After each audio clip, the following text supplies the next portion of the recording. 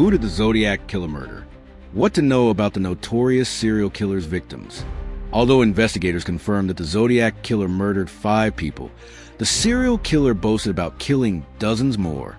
The notorious serial killer is not only known for the gruesome murders he committed in Northern California in the late 1960s, but also for the cryptic letters he sent to the media, extolling their own crimes.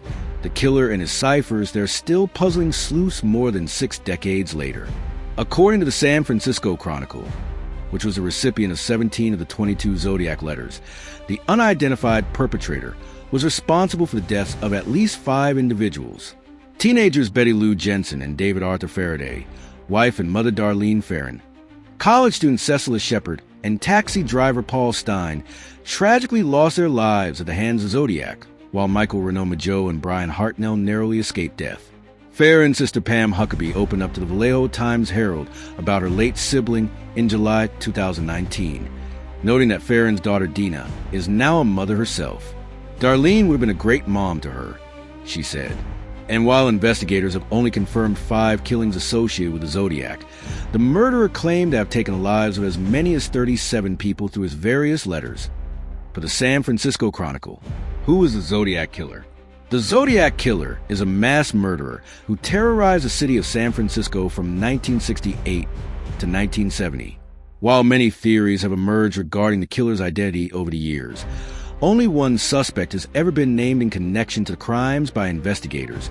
For the San Francisco Chronicle, the outlet reported that Arthur Lee Allen, a convicted child molester who lived in the Vallejo area, owned boots that matched the killer's footprints and had referenced a short story in a police interview that the Zodiac had mentioned in one of their letters.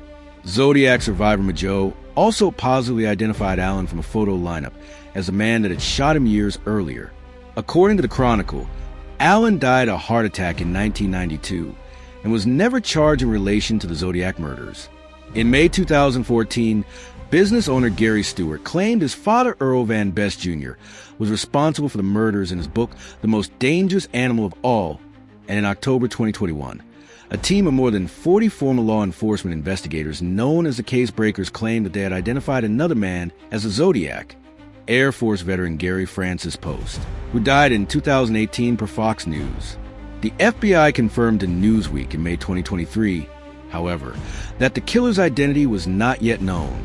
As of December 2025, no one has been charged with the Zodiac's crimes.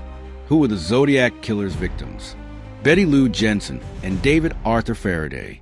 Jensen, a 16-year-old honor roll student, and Faraday, a 17-year-old wrestler, were the Zodiac Killer's first known victims. According to the 2024 Netflix documentary, this is the Zodiac speaking, the high school students had been out for their first date before David drove them to a secluded area on Lake Herman Road in Benicia, California. The couple were shot and killed by the Zodiac on December 20th, 1968, and their bodies were later discovered outside their vehicle by a passerby. Darlene Ferrin, killed in 1969 by the Zodiac Killer. Getty, the killer's next victim was 22-year-old Ferrin, a waitress who was both a wife and a new mother.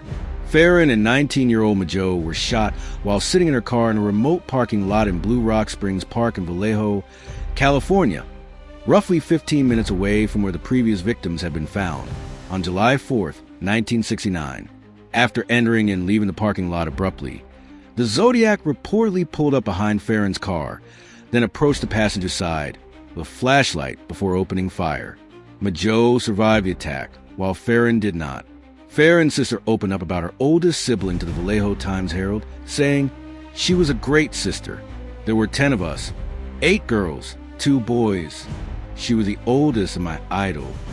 According to the Times-Herald, the Zodiac Killer called 911 following the July 4th attack on their 3rd and 4th victims to take credit for the incident. "I want to report a double murder," they said. "If you will go 1 mile east on Columbus Parkway to the public park, you will find the kids in a brown car. They were shot with a 9mm Luger." During the call, the Zodiac also confessed to the killings of the 2 high school students that had taken place 1 year prior. "I also killed those kids last year," they said. "Goodbye." Cecilia Shepard. On September 27, 1969, 22-year-old Shepard became the fourth known victim to die at the hands of the Zodiac while picnicking in Lake Berryessa in Benicia with her boyfriend Hartnell. According to reports, the Zodiac held the couple at gunpoint and tied them up before fatally stabbing Shepard 10 to 20 times and wounding Hartnell, who survived the attack. Hartnell told authorities that he initially thought the man, who was wielding a pistol and wearing a hood, was a robber, but that he refused money when it was offered, stating, "I don't want the money. All I want to do is kill you."